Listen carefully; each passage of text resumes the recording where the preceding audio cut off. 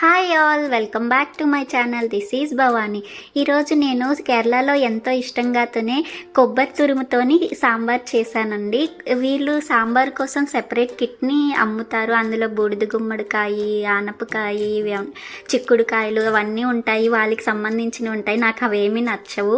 నేను కొబ్బరి తురుము ఇంకా నా దగ్గర ఉండే కొన్ని కూరగాయలని వేసుకొని సాంబార్ చేసుకున్నాను. మన సౌత్ ఇండియన్కి సాంబార్ అంటే చాలా ఇష్టం కదండి. అదేవిధంగా నార్త్ ఇండియన్లో అయితే మన సౌత్ ఇండియన్ సాంబార్కి ఎంతోమంది ఫేవరెట్ అనమాట. అయితే నేను ముందుగా 1/2 కప్ కందిపప్పు తీసుకొని కుక్కర్లో వేసుకొని దాన్ని ఉడికించుకున్నాను. నా దగ్గర ఉండే కూరగాయలు ఇవేనండి. వీటన్నిటిని కట్ చేసుకొని ఒక బాండీ తీసుకొని దానిలోని ఆయిల్ వేసుకొని ముందుగా పోపు పెట్టుకున్నాను అనమాట.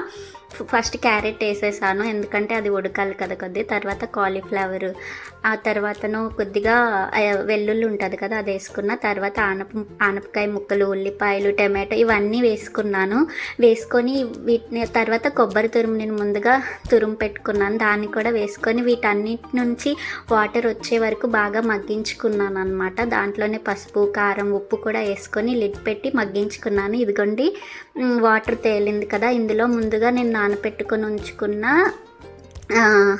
చింతపండు కూడా వేసేసాను. అదే బౌల్తో 1.5 కప్ వాటర్ కూడా వేసేసుకొని లిడ్ పెట్టేశాను. ఇది బాగా మరుగుతుంది కదా, ఒక 80% ముక్కలన్నీ ఉడికిపోతాయి. అయితే ముందుగా నేను ఉడకబెట్టుకున్న పప్పుని తీసుకొని ఈ మొత్తం మిక్స్ని దానిలోకి ట్రాన్స్ఫర్ చేసుకొని ఇదిగోండి పప్పు ఇలా ఉడికినప్పుడు కొద్ది బెల్లం కూడా యాడ్ చేసుకోండి, చాలా టేస్టీగా ఉంటుంది. ఒక 1.5 స్పూన్ సాంబార్ పౌడర్ వేసుకున్నాను.